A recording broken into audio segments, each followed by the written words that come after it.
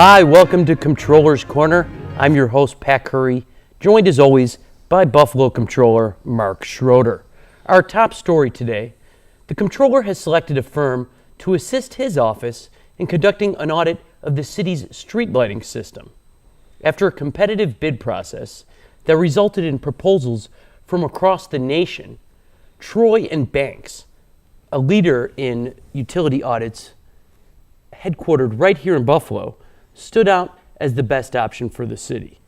Now, Mark, this is the same firm that performed the streetlight audits in the 1990s that resulted in nearly $2 million in refunds and credits for the city of Buffalo. And I think, Patrick, that is probably the motivation for the Buffalo Common Council that really initiated this some time ago when they asked through a resolution that was unanimously passed through the council for the Comptroller's office to conduct a utility and or a street lighting audit. And they were very mindful that it took place once before, a few decades ago. And that was led at the time by a councilman by the name of Al Coppola. And Al Coppola was very much involved with that in the beginning. And so when the citizens of Buffalo pay approximately $16.2 million for electricity here in our city, it's always a very good idea to make sure that there's an audit, that there's accountability, and this would be a massive undertaking for our audit department, of which we only have approximately 22 employees within that division. So the prospects of having a international organization that is used to doing an audit of this type, I think is in our best interest, and we're very proud I'm very proud of my staff and also the help of the administration through his commissioner, Steve Stepniak, who is involved in this process as well he should. He's very knowledgeable and has been involved in the different utilities that are conducted in our city. And so to help us go through this audit process, I think we've got our best team going forward. Now, you mentioned the reason to go for outside help is partly because of the manpower involved in this audit, but it's also because of the expertise. Now, Troy and Banks has performed over 10,000 utility audits in all 50 states across the nation, and they have experience in New York State, also in Albany, Syracuse, and Utica, as well as the two audits they performed in Buffalo. This is a major factor in selecting this firm, just their experience in this field and their knowledge of the tariffs and the legislation. No question about it, and that's the reason why they were selected. As you mentioned, we did go through a bid process. This was open to all who wanted to send in a proposal on what they would do and how they would do it and how much it would cost the citizens of Buffalo. And at the end of the day, quite frankly, Patrick, it was an easy decision. We had the management team of the Comptroller's office, of which I kind of summoned all to a conference room along with Commissioner Steve Stepniak, and it really didn't take long because everybody had read in advance the proposal that Troy and Banks had put forth. And as you mentioned also earlier, they have experience across the nation, but they also have experience here in Buffalo. As you mentioned, they performed an audit back in the 1990s. So I think we're setting ourselves up for success. The process has begun, and the audit will begin shortly. And we're interested in not only being able to help things in terms of if Buffalo is owed money, that's one thing, and I got news for you, we're going to get our money back. But at the end of the day, we're also interested in setting up best practices going forward. And Buffalo really shouldn't wait every 20 years to do something like this. And we kind of put this in the RFP that we want to be able to have some sort of a option so that every periodically we're really looking at this so that there isn't a buildup of 10, 15 years. And so we're going to make sure that takes place. And part of the reason that's important is because there's a statute of limitations for these types of billing disputes. And if more than 6 years passes in a particular statute of limitations, overbillings couldn't be refunded before that. And in this, you're exactly right. In this particular case, that is what has happened. So we can only go back, 6 years or whatever the statute says. That means that period of time before that, backing up to the 1990s, if there was an opportunity for us to receive more money, we can't because of the statute of limitation. Now, Troy and Banks has many other clients, as I mentioned, across the nation. Some of them are a pretty impressive group of clients, including the United States Postal Service, M&T Bank, University of Buffalo, Amtrak, the Port Authority of New York and New Jersey, Procter & Gamble, New York State Department of Transportation, General Electric, CalSpan, and even the New York Stock Exchange. Now, their track record is one of the major components of your decision and your team's decision to pick them over some of the other firms that were qualified or low in price, but didn't quite have that match of experience and low price that Troy Banks did have. Yeah, and certainly, to their credit, that is impressive credentials. But I will tell you, Patrick, I'm only going to be impressed at the end of the day if they help us instill and install some best practices, and they help us retrieve and get back some money to the citizens of Buffalo, because quite frankly, the Common Council never would have done this action if they didn't think there is monies owed the city of Buffalo and to the citizens. And at the end of the day, I'll be impressed by that. And although certainly glad to have a company of this magnitude who has all this experience and have done all this great work everywhere else, but it's Buffalo that we really have our focus in on right now. Right, and I just wanted to mention that the way you structured the request for proposals, if they don't find overbillings and overcharges and the city of Buffalo doesn't get a refund from the utility company, we don't pay a dime for their services. The only way that we pay them a fee is if we get money in return from National Grid. And that's the way that we set the thing up in the beginning. And quite frankly, that's the way it's done probably for them. That's the relationship that they probably have with most of the municipalities and entities that you mentioned, is that they feel so comfortable and so confident that they're going to be able to create an area where there is an opportunity for the municipality to get paid back. And so therefore, that's where they will take their opportunity to pay their employees and whatever profit that they need to make. Now, this audit goes along perfectly with your annual audit plan, where you said you're going to be looking at the major expenditures and revenue sources for the city. And as you mentioned before, $16 million in electricity costs. That's a major cost center for the city of Buffalo. And I've been a comptroller now for a year and a half, 20 months to be exact, and we have been pretty consistent in suggesting that revenues and also expenditures are two areas that are obvious for a comptroller to be very focused in on. And so you're right, this really fits into that, and we're hopeful over the next 6 to 8 to 10 months, depending on this is an enormous project, that we're very, very hopeful that we'll have success with this company, Troy and Banks. Now, another thing I wanted to mention about this audit is that they're going to be doing an inventory of every single streetlight in the city. That's a major task considering there are 32,000 streetlights across the city of Buffalo.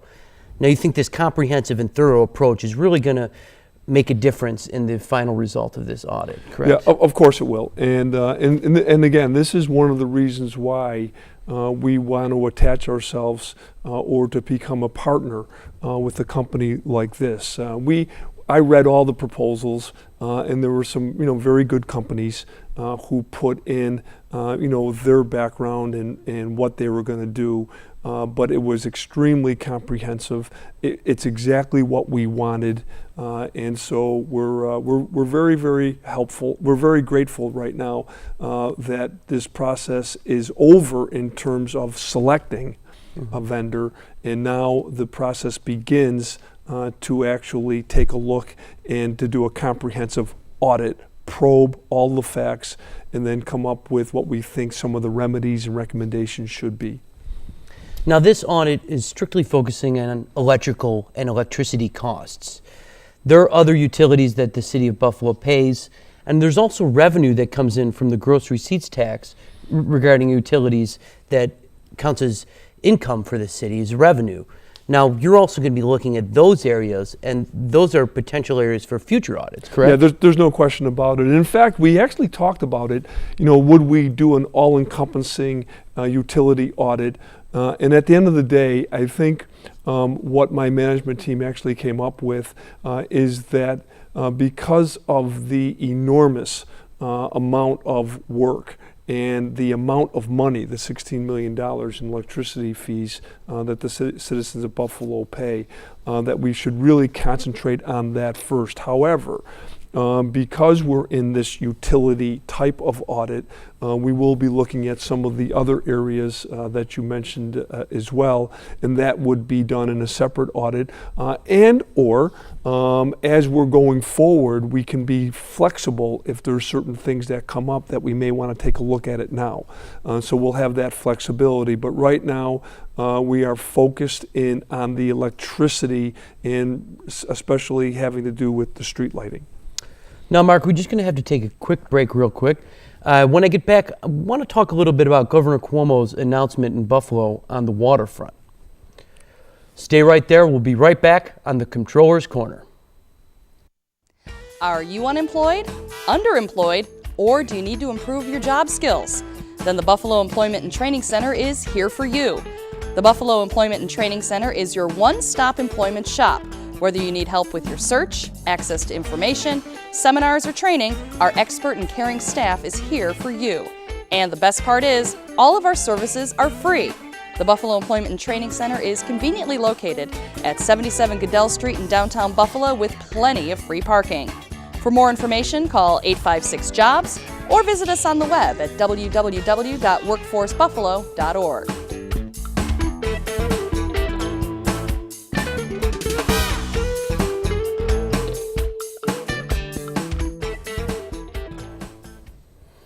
Hi, welcome back to the Comptroller's Corner. I'm your host, Pat Curry, joined as always by Buffalo Comptroller Mark Schroeder. Recently, the Comptroller was on hand for another one of Governor Cuomo's major announcements regarding the waterfront and transfer of the Outer Harbor land from the Niagara Frontier Transportation Authority to the Erie Canal Harbor Development Corporation and the New York State Parks Office. Now, Mark, this is one of Governor Cuomo's rather frequent trips to Buffalo, and you're usually in attendance when he's in town. Well, it's absolute, Pat. That's exactly what has been happening here. But I would want to go back and let our viewers know that in the beginning, 3 years ago, when Andrew Cuomo was a candidate for governor, he made it very, very clear that he wanted to turn things upside down. And that's what the people wanted, because if you remember, people are now mostly upset with Congress. But back 3 years ago, they were very, very upset with the dysfunction of New York State, and in particular, the New York State legislature, the Assembly and the Senate. So the governor put forth a plan called the New New York Agenda, 141 pages. I know, I read it. And so I can remember being in the Assembly back then when the Assemblyman Denny Farrell, who runs Ways and Means, said, we used to do that back in the old days. It's putting out a platform. The reason why we don't do it anymore is because then we would have to do what we say we're going to do. And I found that to be insulting. And that's the old school of thinking. And this is the reason why I think the people are expecting change. And so you have to have an agenda. You have to have a score sheet. You have to be able to know where you're going. And so the governor has been doing certain things, in my view, that benefit our city, the city of Buffalo. And one of the things he decided early on is that he is not going to be making decisions from Albany about what we should be doing in Buffalo and Western New York. And so what he did is he established regional councils, Buffalonians, entrepreneurs, people like Howard Zemsky, people like Dr. Satish Tripathi, who have credentials and they have a stake in this community. And over the course of 3 years, they've been able to earn money to help the projects that they say are important to Buffalo, not what some governor says. And this is the value of Governor Andrew Cuomo. And then he makes the announcement about the $1 billion in addition to the regional council. So these are things that are giving Buffalonians the reason to cheer and to say, you know what, maybe this is our time. And then the governor decides he's going to roll up his sleeves and he's not going to allow a dispute that was taking place for years and years and years with the Seneca Nation and the casinos. And what happened when he got involved in that dispute?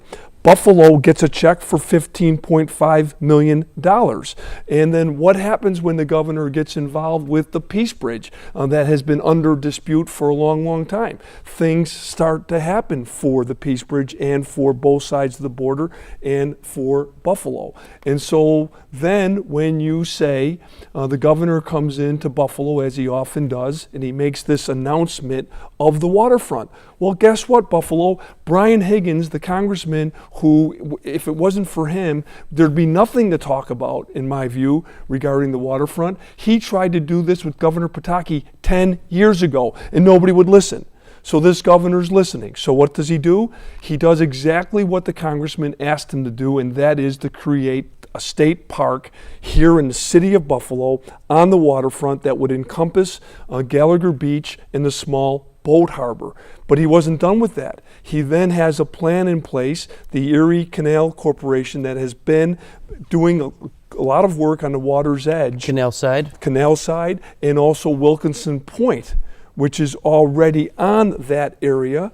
And so now the Canal Corporation will have an opportunity to do something, cultivate the 130 acres or so that could be mixed use, could be a lot of different things having to do with retail, but yet the public space has been preserved by Congressman Higgins, by Governor Cuomo, to have a state park that's right in the city. And I don't know if you've ever been to Presque Isle in Erie, Pennsylvania, but it is awesome to have a state park within the city limits.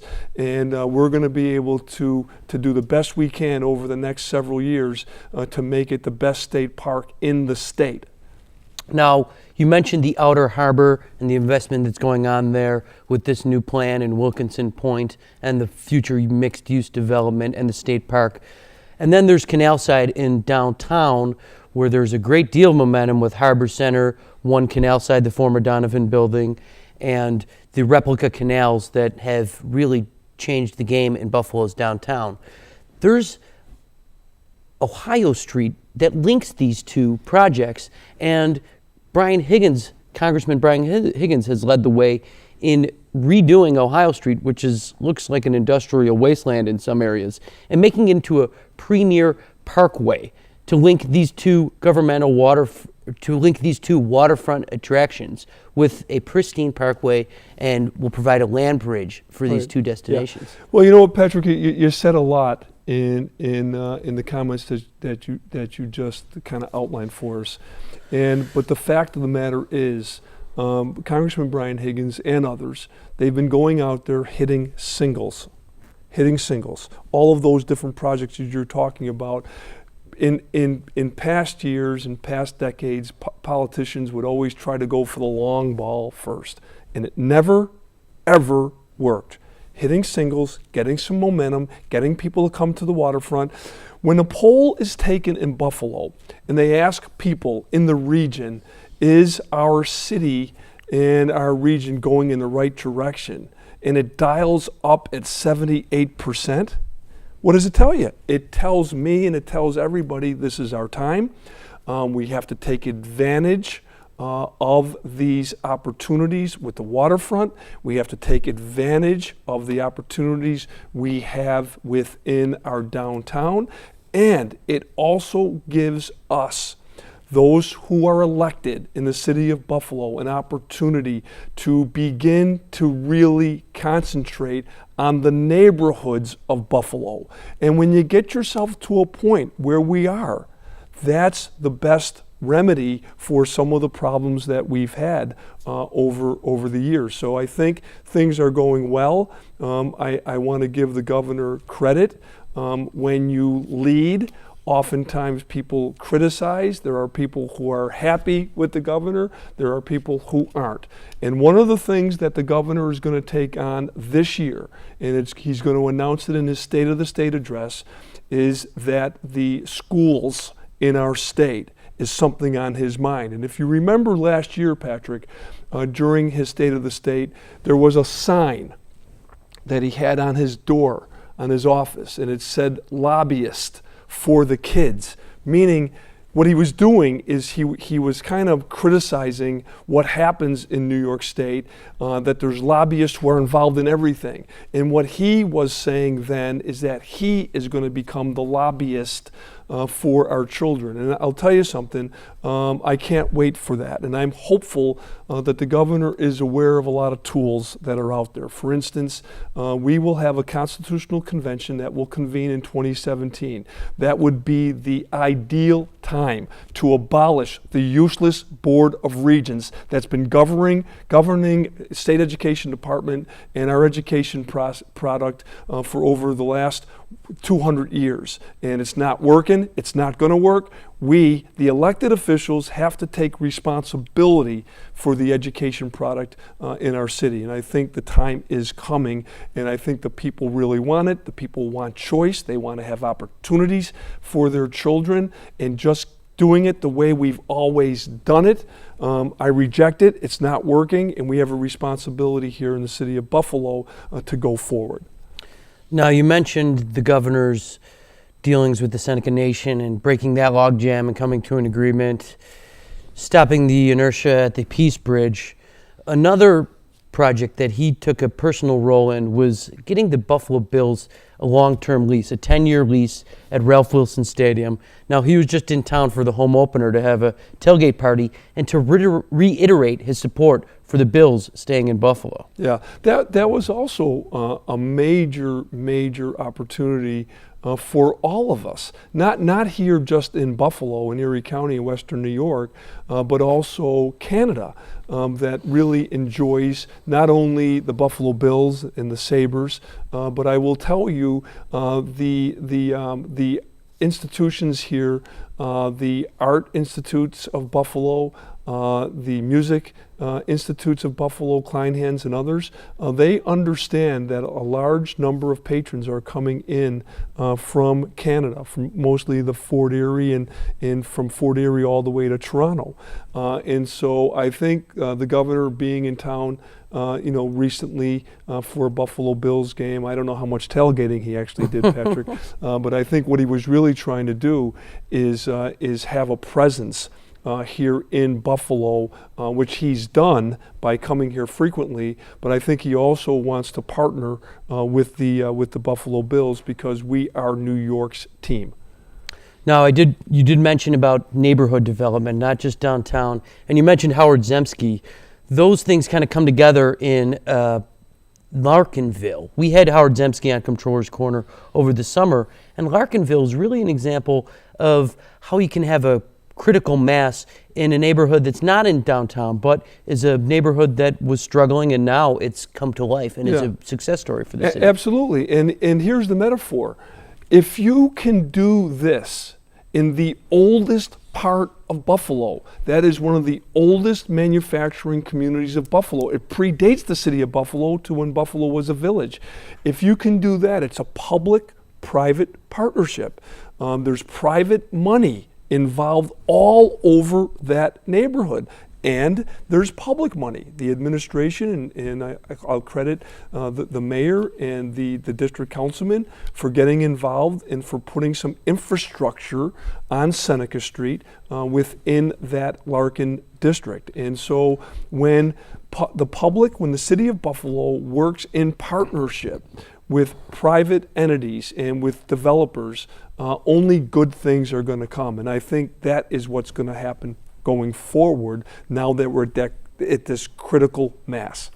Switching gears a little bit, the police had recently there was an arbitration award that rewards them with retroactive pay.